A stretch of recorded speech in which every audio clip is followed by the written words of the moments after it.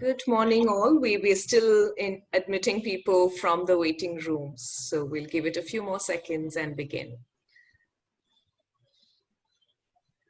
And we're also streaming this live on the Rotary Peace Fellow Alumni Association page on Facebook in case you'd like to create a watch party from there. It's streaming live on Facebook already, so you can start your watch. Yeah.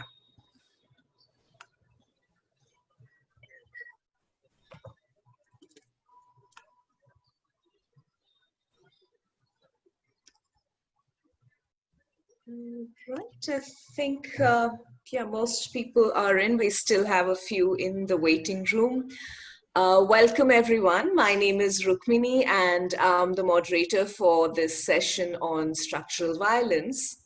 And as we get people in and settle into the session, Jyoti, it's a good time to start the first poll. Let's get a quick check-in in terms of how we are, who we are in this room today. First poll up. Can everyone Those see the of us poll? who are in the room, if you could respond to these two questions that you see. How do you feel and who you are? So we have an idea of the constellation of the room.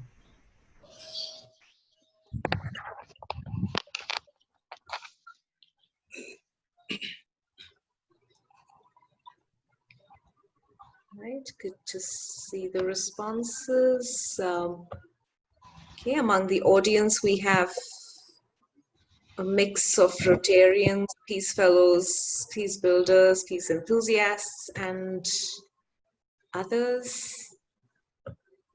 And I see a lot of excitement and curiosity and peace as we step into the session. That's good to know. For those of us who've just joined in, if you could respond to the poll that you see on the screen.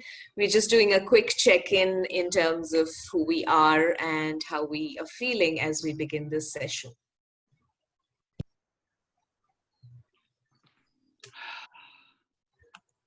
And while we do that, I also welcome you to introduce yourself on the chat, as Mark has done to lead us. If you could tell us about who you are, where you're from, and anything else that you'd like to share with the audience here.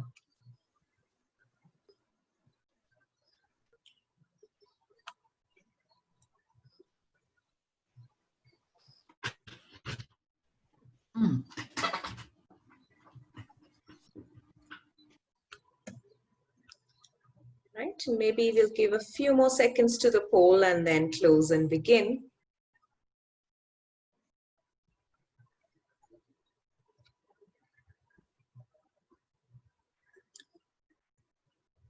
All right, I think most of us are in. Jyoti, let's close the poll.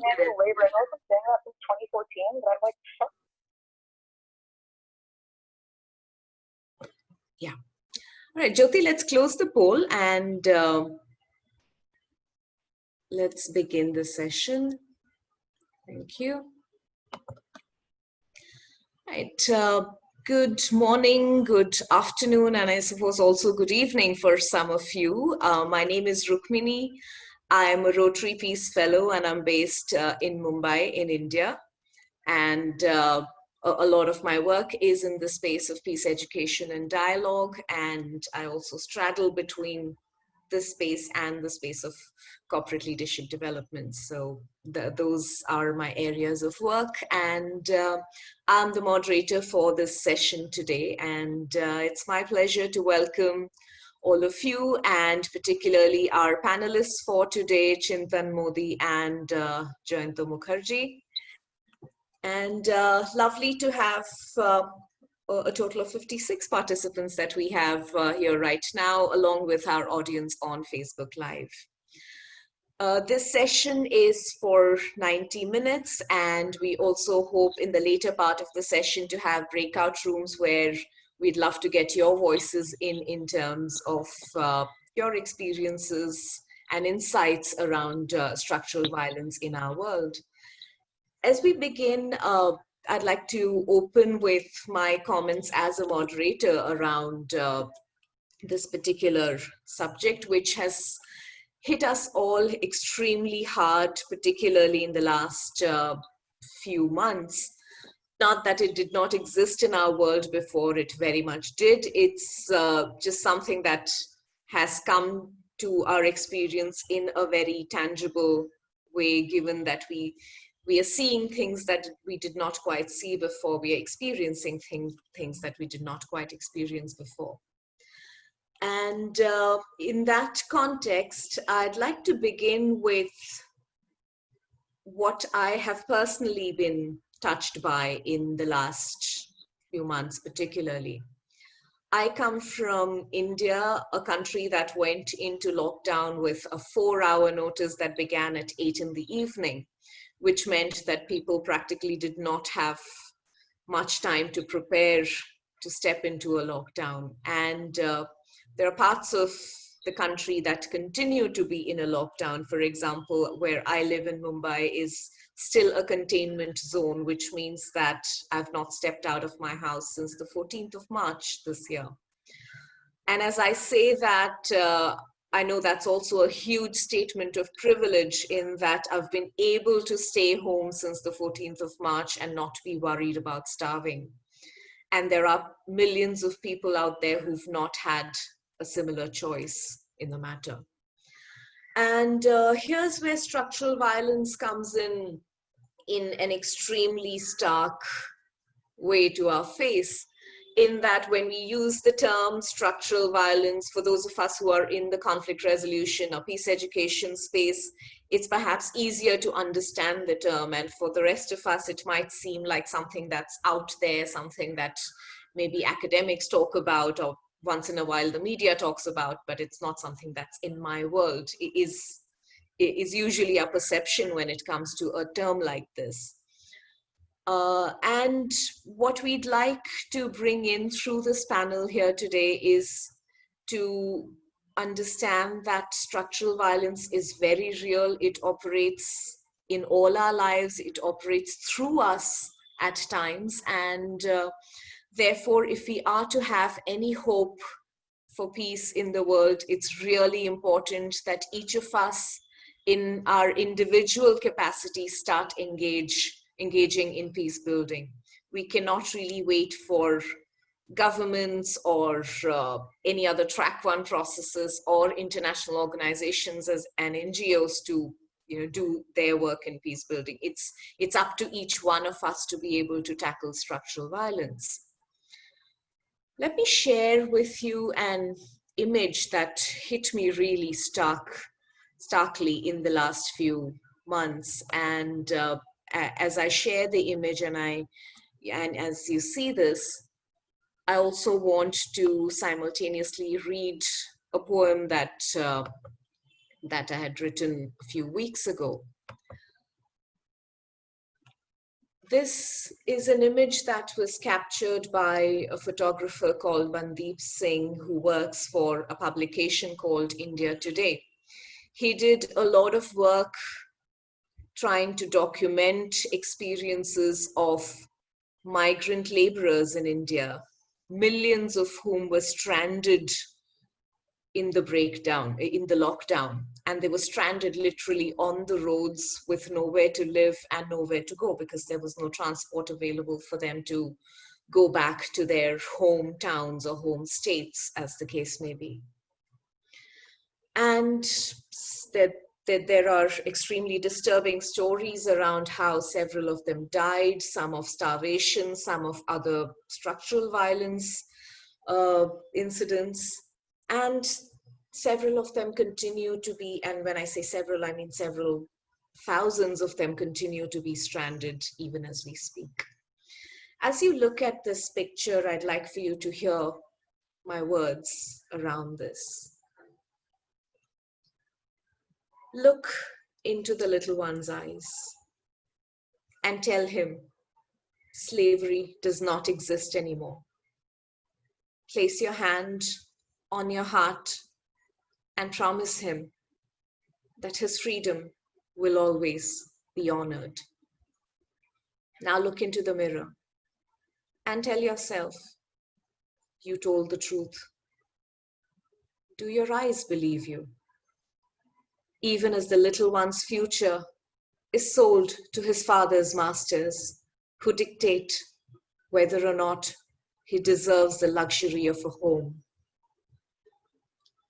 Look into the little one's eyes and tell him the future is inclusive.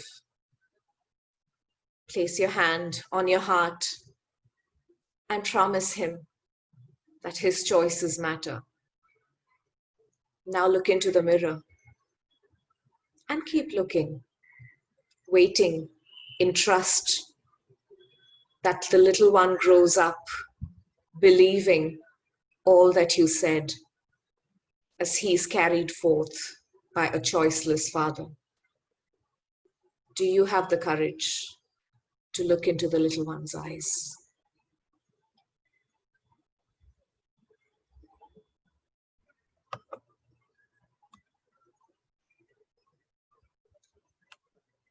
And with that, I'd like to bring in our panelists for today. And our first speaker is Chintan Modi. Chintan is a prominent writer, writes for several publications in India and abroad. He's done some amazing work on Indo-Pak friendship, and also works a lot in the area of queer rights. And in the next few minutes, he'll be sharing his thoughts and his personal experiences around structural violence and how he thinks we could engage as citizens, as civilians in the peace building process. Over to you, Chintan.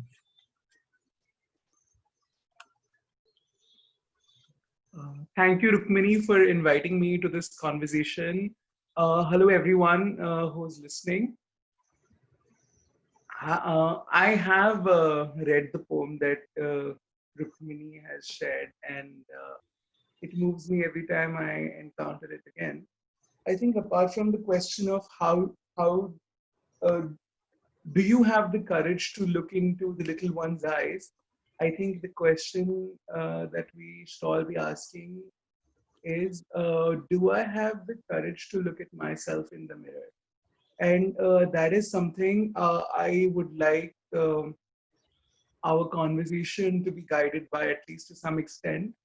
Uh, when we talk about structural violence, the lens often is to look outside of ourselves and see and name the various ways in which we are left out or kept out.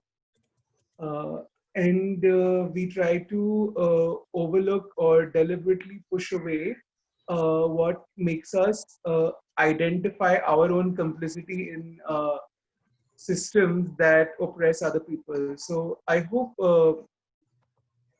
my sharing now and the discussions that happen later also invite us to think of both. You know, how do we examine our place, and also how the systems impact us in that relationship.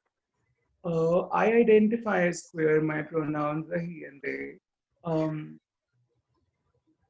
I see this because some of my sharing around structural violence will be related to this. Um, as some of you might know, the Supreme Court of India read down Section 377 of the Indian Penal Code in 2018. Prior to this, anyone in India who engaged in what was called carnal intercourse against the order of nature uh, could be uh, penalized, punished, um, harmed even thanks to police brutality and extra legal mechanisms of torture. But what has now come to be called the decriminalization of homosexuality judgment in India as well as internationally Um, I think that is worth thinking about in terms of the legacy of colonization in not only India, but all countries that have been affected by colonization. I think typically the lens to look is through race, but let us think about how the fight for rights for LGBTQ people around the world, actually no, LGBTQI plus people around the world, is also linked to the legacy of colonization. The criminalization that happened not only in India, Pakistan, Bangladesh, and various other countries happened because our colonizers decided to criminalize some forms of human experience. Um, as someone who identifies as queer, this judgment has been of significance to me because it has enabled me to write more courageously, openly, and almost fearlessly about my experience and about other experiences. At the same time, I think that it's also important to recognize that queer spaces have their own forms of structural violence, and that's what I want to talk a little bit about today. Recently, I was working on this article about examining whether queer spaces are accessible to people with disabilities. And that really taught me quite a lot because we might think of ableism as something that exists only in non-marginalized spaces, but ableism is quite alive and present even in queer spaces. So, since Pride marches are the most visible way in which queer and trans rights are spoken of in public discourse, um, who are the queer people that get left out? Do all Pride marches have facilities for, interpreters, wheelchair users? What about people with psychosocial disabilities or mental health issues? If there are queer people experiencing those, do they have equal opportunities to participate in Pride events? These are things that made me question this idea of how often structural violence is looked at only through the specific kind of marginalization that we experience, and our narrative is so built around how we have experienced victimhood that we don't tend to see how others experience it too. So whether it's a trans person who's been denied access to a bathroom, whether it's a Dalit woman who's not been not been allowed to draw water from a well, or it's a disabled person who's been told that they cannot board an aircraft because they're incapable of looking after themselves. These are all instances of structural violence that one sees in everyday life. They are, not these. They're not examples of some extraordinary kind of brutality that is experienced only when there's a monster in the space. These are things that people like us do on an everyday basis. So this is something I would invite you to think about. And the other space that I'm very interested in is of peace education and India-Pakistan dialogue. Um, the Hindu-Muslim conflict that exists in India is very closely linked to the India-Pakistan conflict. We don't have enough time to go into it, but that too is deeply connected to the legacy of colonization. When the British left India in 1947, they left behind two countries, India and Pakistan. Now that has become India, Pakistan, Bangladesh. Um, why is it that our countries, even without white rulers, have been unable to resolve the differences that exist between us? It is often easy for us to blame our problems on white people who came and sowed the seeds of violence amidst us. But when our own people were able to take on the responsibility of um, governing, ruling, running, why is it that we have fallen back on the same structures of power? Why is it that we're not able to share power? Why is it that we want to dominate each other again? And as we think about structures of power in relation to, race, citizenship, gender, caste, etc., I would also invite you all to think about the structure of consciousness that we enter a space with. So, when I am seeking justice, do I actually want revenge? Uh, when I am seeking a reconciliation, am I able to recognize that the person I am mad at is also a human being with their own set of traumas? Um, that but these kind of questions particularly have become important to me because of my own Buddhist practice, and um, every time that I talk about the structural violence that I've experienced as a brown person in the traveling to the US, or as a queer person living in a queer phobic society like India, I have also been compelled to ask myself what are the ways in which I uh, uh, perpetuate violence. So do I not speak out enough when I see uh, friends and relatives and colleagues of mine making Islamophobic remarks or making casteist remarks? Uh, what are the ways in which I should be stepping up and taking responsibility instead of thinking only about the ways in which I am excluded? So that's something that I'd like to leave you with. Yeah. Thank you, Chintan. And I wonder if you'd be willing to expand on that last bit, particularly in connection with what you said earlier about the consciousness with which we enter structures. And those structures could be our families, our workplaces, schools, and other institutions. Uh, if I enter a structure with the consciousness or with the identity of being a victim or being on the other side of it, which is being uh, uh, so powerful that I can perhaps perpetrate violence, then that shifts the equation right there. And what might be a tangible way to shift this consciousness as we enter spaces?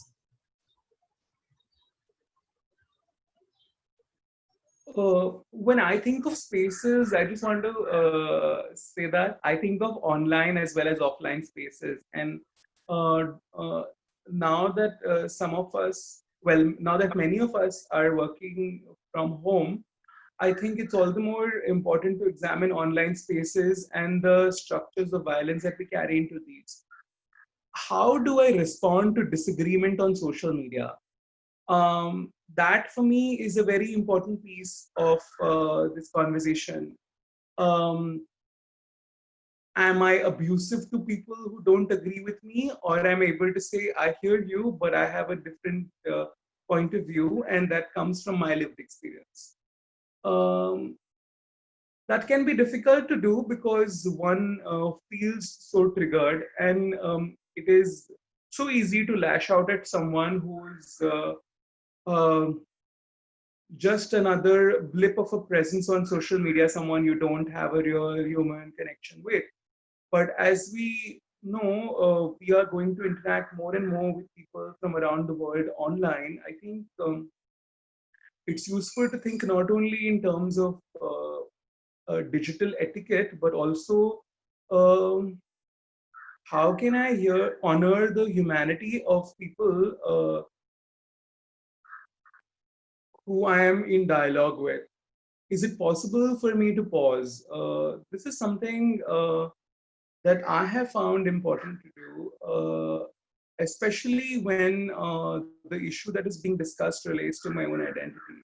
So, for example, recently J.K. Rowling put out a set of tweets that are that have been labeled transphobic and turfy. TERF stands for trans exclusionary radical feminism. And instead of apologizing for the harm that she caused, this author went on to write a long essay that did further harm to the lived experience of trans people. She was able to do that as a rich white cis woman, an author of great privilege who's read internationally in various kinds of translations.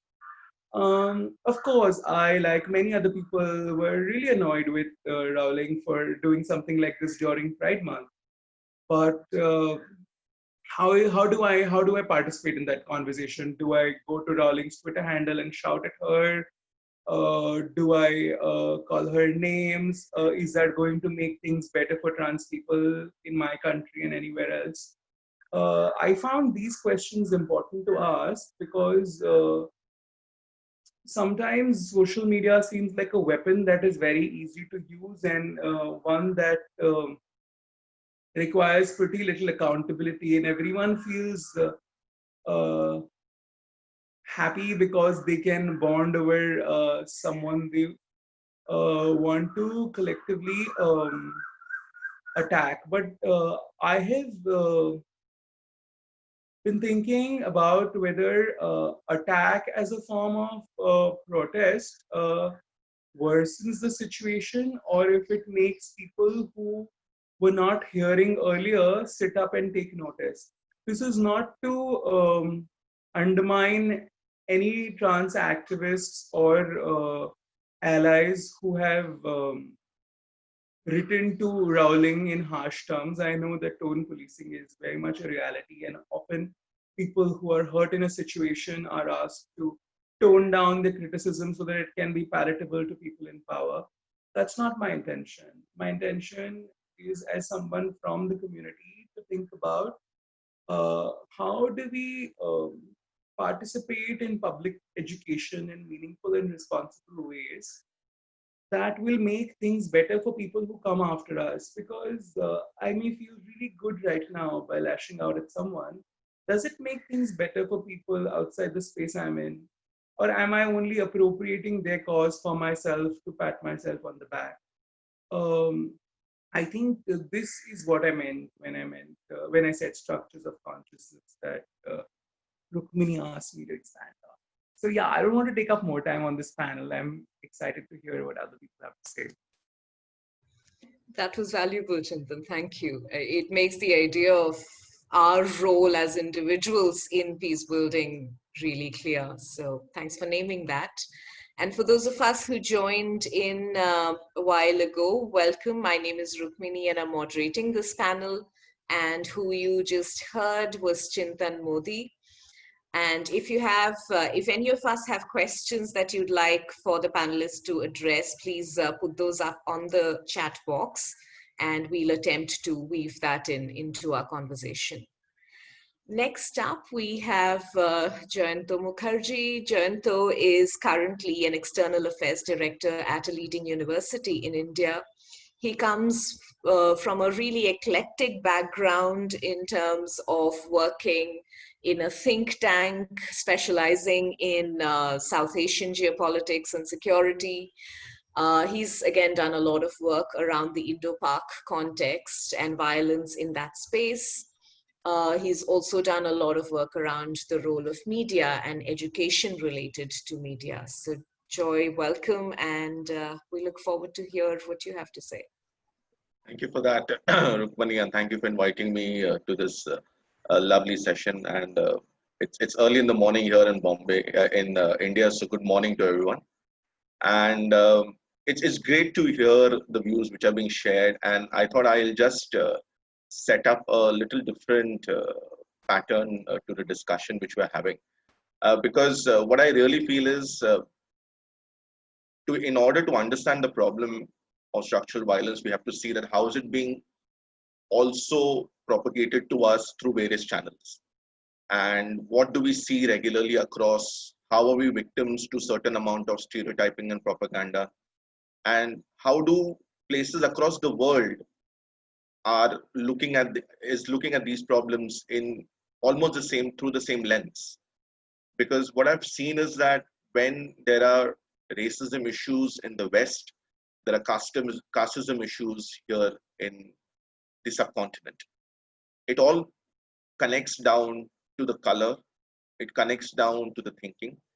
And if you take a step back, media plays a very big role in actually embedding these differences in a very subtle yet in a very direct way. Um, just an open small question to everyone who's listening in, and y'all can type it in the chat. What's the common thing between Thanos, the villain of the MCU, Scar, the villain in Lion King, and Jafar, the villain in Aladdin? What's that one common thing which you feel you have? And I'll give you a clue. You've seen them, and you can type it down in the chat.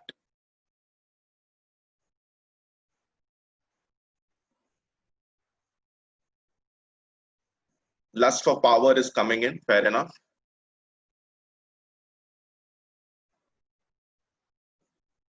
Involvement, power, control.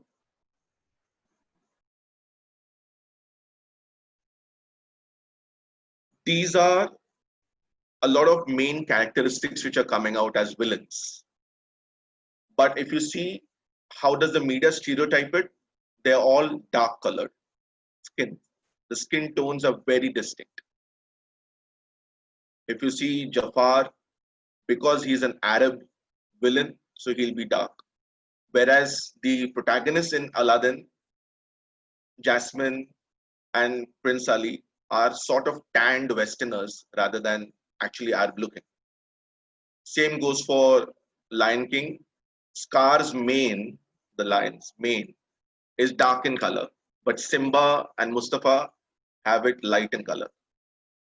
Thanos has a distinct dark color space, and very similar to the DC's Thanos, which is known as Darkseid, named Darkseid also.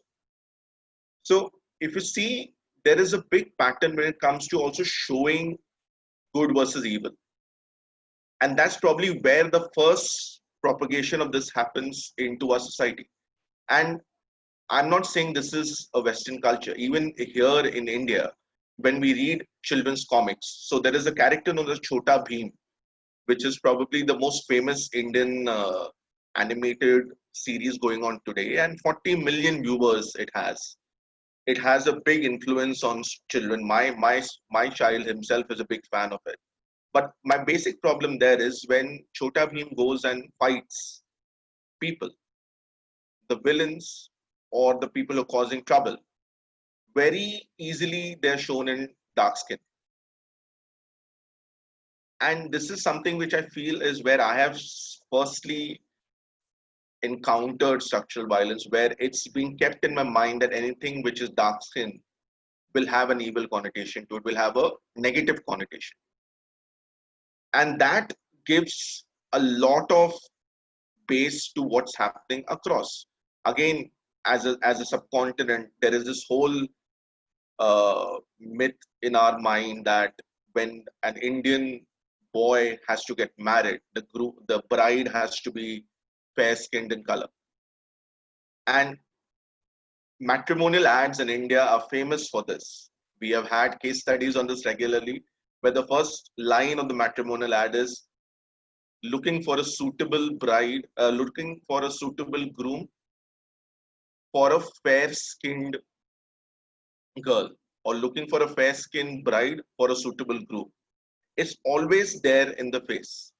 And that's is where all these things are starting. Because we have to understand that we are in the middle of the highest amount of propaganda stereotyping influence which is there because social media is there on a palm tops on a regular basis. Our kids, youngsters across are reading comics, are watching movies, are getting influenced by such propaganda 24/7. If India we feel is just having a problem of Hindu Muslims, India has a problem in Hindus itself having so many sectors and sections in between. Muslims in Pakistan have so many sections in between, and every sect thinks that they are the larger one, and hence they can dominate the minority in it. In India, when Bollywood influences everyone around, why is it that the top 10 hero names, screen names of the Bollywood stars are Hindu in nature? You have the biggest star in Indian cinema, which you all would have heard, Amitabh Bachchan, and his name resonates as a star across the world. He's used his screen name Vijay 21 times till now. Vijay means victory. Subtle influencing through your own naming structure also. Shah Rukh Khan, the second person, this and obviously a very popular name across the second biggest star from our space, uses the name Rahul more than 15 times in his movies. This is where I feel a lot of stereotyping happens, and that's where we are open victims of structural violence. Because we have been told by the media around, we have been told by the higher powers around that there is certain belongingness in certain skin colors, names, caste, communities, and the others don't. And that's where I think so we start with the problem. First, we need to identify that it's so common around, and and and that's the reason I am not even discussing the Black Lives Matters movement in the West, because in our space we have been fighting this conflict on a daily basis. Like it was such a big event 2 3 days ago when a very prominent uh, cosmetic company came out and said that we will change the way we have been selling skincare in India, because they were running a campaign which was known for so many years, decades, on the concept of fair and lovely. And fair and lovely meaning absolutely gorgeous, clean, light colored skin.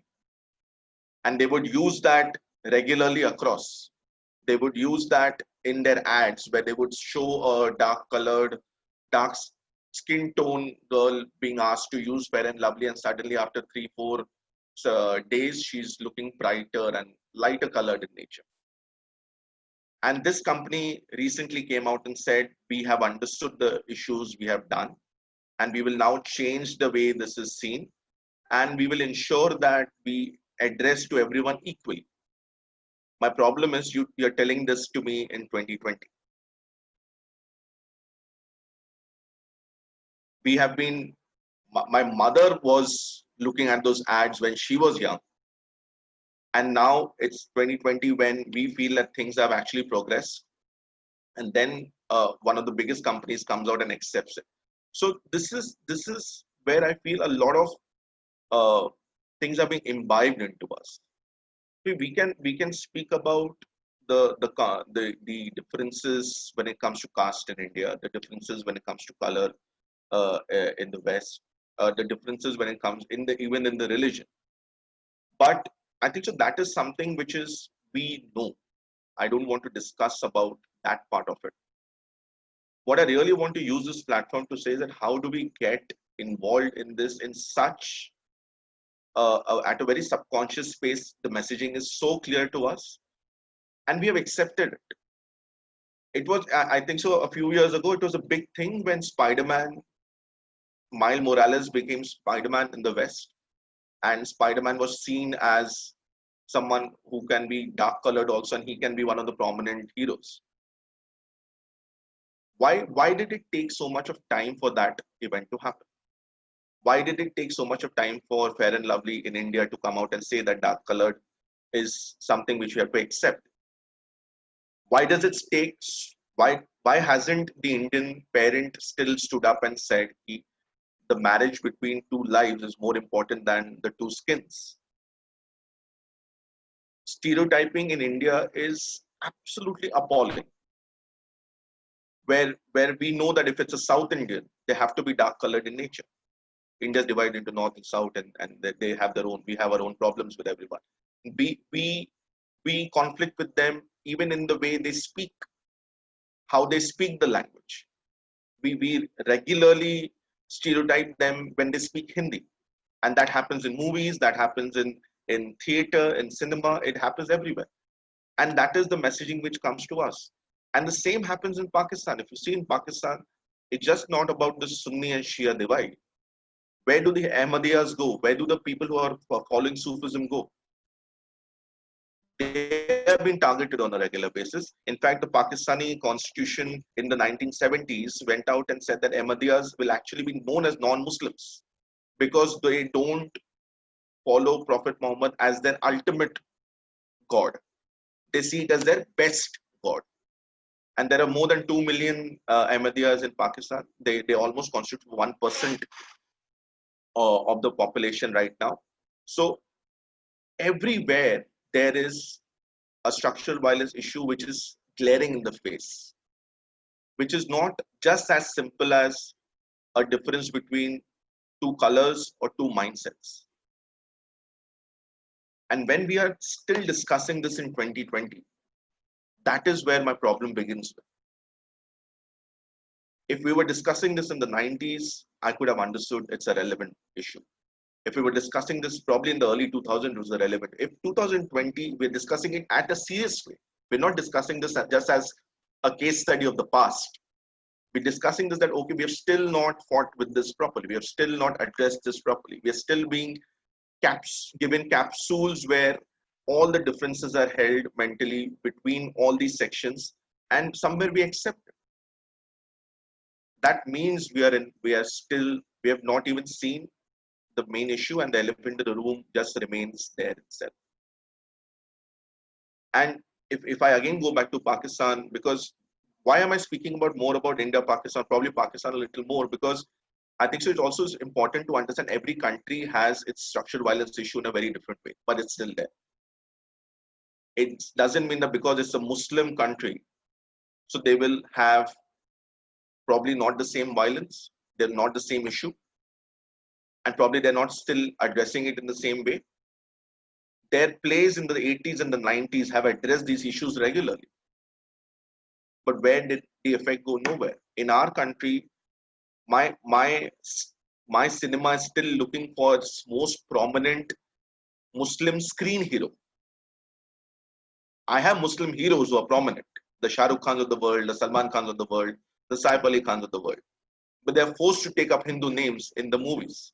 So I still don't have a prominent Muslim hero which I can look up to. I don't have my Miles Morales in India today. I don't.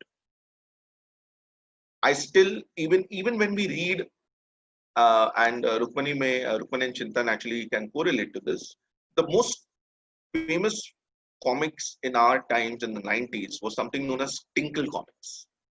And they were a revolution because they would teach good versus bad in a very subtle, good comic way. And we were fans. All of us were fans. They had one pagers. They had very, very good messages in it. Later on, probably when I was in college, I came to know that it was one of the biggest capsule of stereotyping ever. I didn't realize it during my student time, my schooling time. But I think so.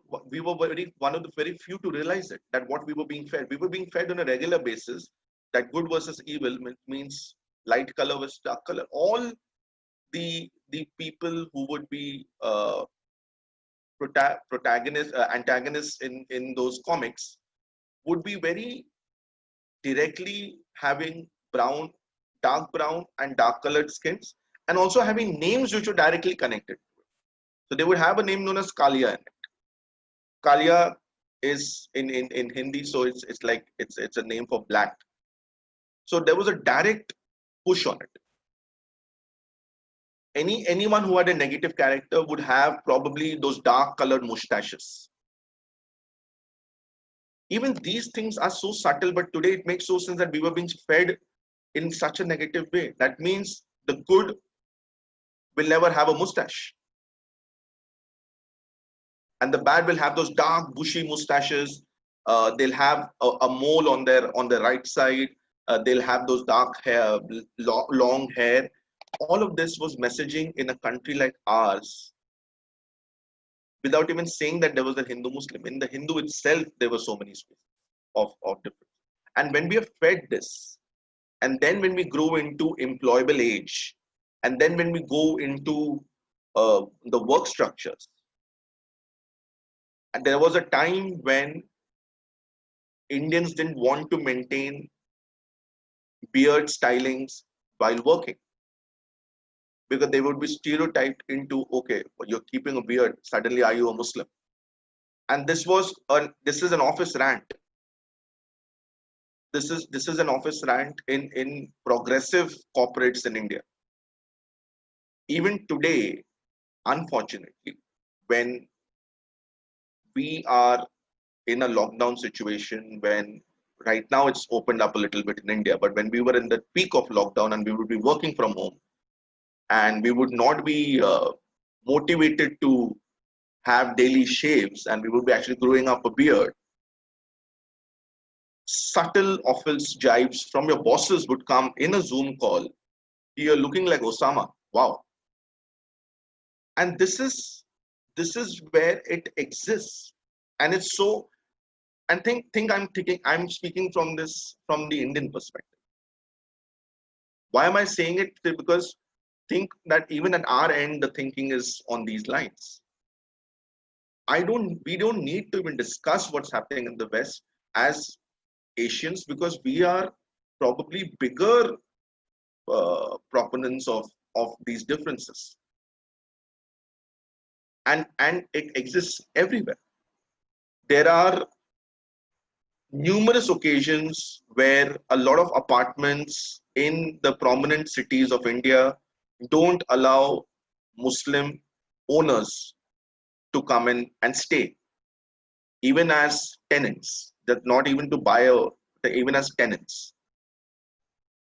You have places where the apartment is only meant to be occupied by a certain religion, and that religion is pure vegetarian in nature also. So there is a problem in even eating non-veg, even eating meat. So that's where I'm saying that think of the different layers which we have across. And I come back to that point, 2020 we are still talking about so-called beacon of the world. We are known as, we're supposed to be the people who are wiser than a lot of things. We are known as intellectual people across.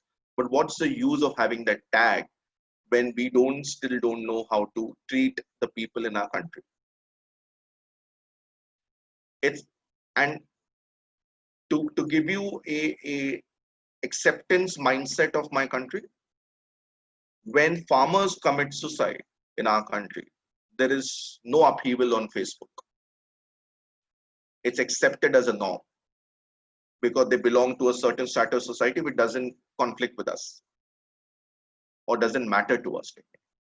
But when a celebrity commits suicide, we go hammer and tongs on social media, and we keep on telling everyone, this is sad. You should look at us when there is depression. If you're sad, speak to me. Being in depression, don't look at these thoughts. I have nothing against a certain strata of society being vocal about depression. But what I've certainly against it, we have accepted the fact that when a poor man commits suicide, it's okay. And the lockdown has shown us the biggest reflection of our reality. So the photo which Rukmani started with and the poem you followed, that's the biggest reflection of my country today. Of my country, which is edging towards 75 years of independence of my country, which is very proud when an Indian becomes the CEO of Google, of Microsoft, and we are absolutely banging our chest because that's an Indian there. But when the same Indian dies, scores of Indians die because of poverty, because of issues around them. We don't even blink an eyelid. And I'm literally saying we don't blink an eyelid. And that's how serious the problem is. And think of this. Chintan was very clear in speaking about the issues which are with the LGBTQ community across. The reason I took a macro level is in India, think of this that where for us still the LGBTQ issue is not an issue. Even after passing certain laws which were earlier against it, now for it, we are not even discussing them in schools and colleges. Forget anything else. And that's how deep-rooted a structural violence issue is there in the subcontinent across all the countries. If I speak about, there is a stat which is one of the worst stats I've ever read, and unfortunately it's a real stat. And an average of 7 people, 5 to 7 people are killed in Karachi on a daily basis as part of target killing. Target killing in Karachi is one of the biggest problems, and there are several articles written on the internet regarding this. The newspapers follow it, and we used to follow it when I was working in think tank, just to understand that why would target killing be such an issue. But where did target killing become an issue? Where we came to know the people who were killed were intellectuals, were journalists, professors, teachers, doctors, because they were seen as people who would somewhere challenge religious extremism in that country. But later on, when people started finding, okay, what other things are there, they would normally not turn out to be Sunnis. They would be either Shias or Ahmadiyas or the other minorities. So there's a combination of two thoughts there. It's just not about being a journalist who can write well, but you're a journalist from a minority, hence I know what you will write, hence I will kill you. And the target killings were done by mainly under the orders of certain prominent political parties, not even just as part of probably terrorism.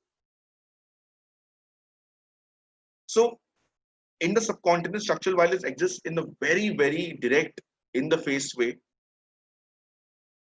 And please understand this, when the Black Lives Matters movement is happening in the West today, at least you'll have the right to turn up and protest for it, to ask for it. Ask Rukmani, ask Chintan, ask myself, ask any Indian, when was the last time we allowed Muslims to even stand up in India and protest for their own rights?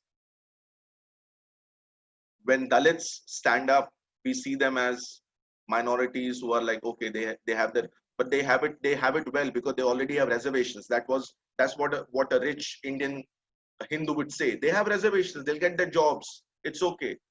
No one addresses to the fact that why did we actually give them reservations? No one addresses that fact. People question reservations in India as if it's something which is more of a political gimmick. Yes, it is a political gimmick, absolutely. But have we addressed to the fact that who are the people who are getting reservation? Have they been actually lifted up from the space? No. No one wants to address that elephant in the room. And when the minorities protest in India, we keep on telling them that, see, we are giving you so much of right to even protest, as if it's a given. If it's something which I'm actually allowing you to do. So one, we don't have that much of vocal protest, and when the vocal protest is there, it's shown as if I've given you the permission to do it. Hence, be happy for this.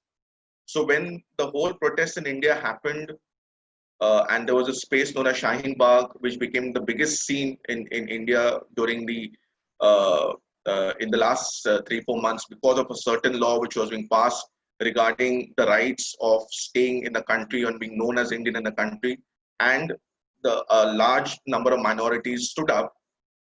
It divided a country in such a way that see they are not patriotic, see they were not Indians, hence they are protesting. Think of the mindsets we keep on bringing in this country.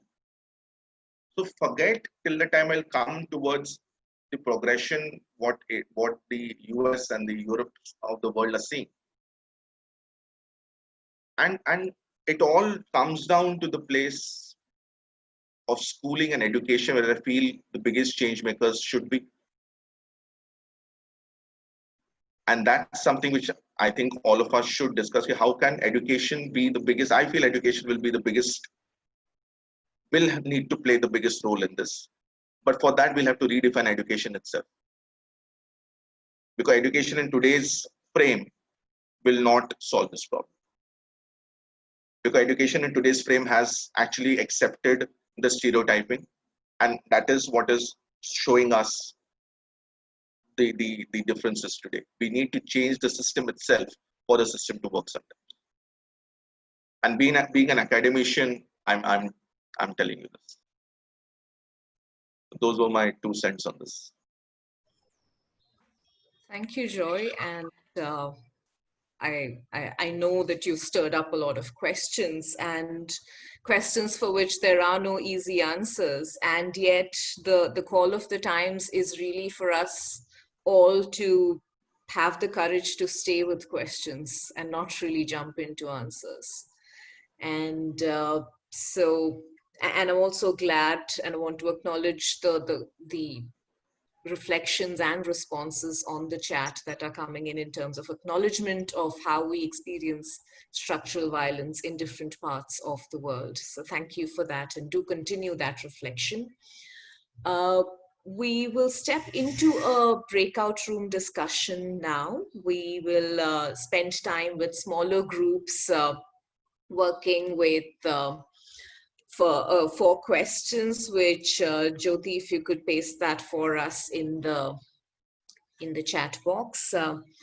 And it's possible that the time could be short to discuss all the 4 questions in depth, but one question that I definitely want us to come back with responses to is the last one, which is around what's the action that you commit to in your individual capacity to promote equity, to mitigate structural violence. So that's definitely something that I'd like for us to respond to. And I would encourage you to also work with the other questions as well. Each breakout room will have facilitators who will hold space as you discuss the responses. And one person from each group can be a reporter when we come back to the main room, and you can perhaps in a few seconds share the gist of the discussion in your group as well.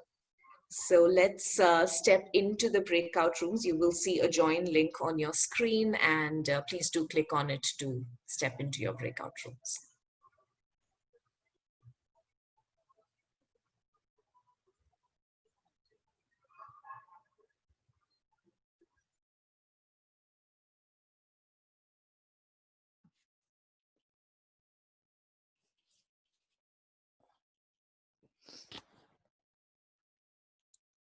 Hello.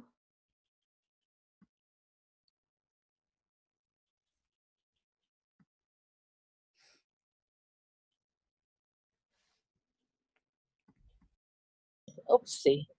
It takes a few minutes to move everyone.